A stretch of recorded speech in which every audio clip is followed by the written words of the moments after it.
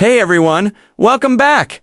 In this video, I'll show you how to generate a QR code in Shopify easily. You can technically create a QR code manually inside Shopify, but that process is slow and inconvenient. Instead, we'll use Shopify's free Shopcodes app, which lets you make QR codes quickly and efficiently. First, go to the Shopify App Store and search for click Add App and then Install to connect it to your store. Once it's installed, you'll find it in the Apps section of your Shopify dashboard. Next, open the Shopcodes app and click on Create. Choose the product you want to generate a QR code for.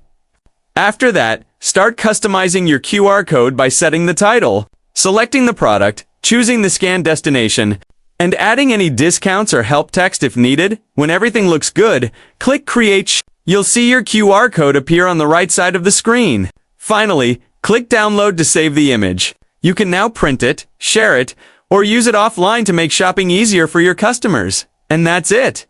You've successfully created a Shopify QR code using the Shopcodes app. Thanks for watching, and don't forget to check out more Shopify tutorials to help grow your online store.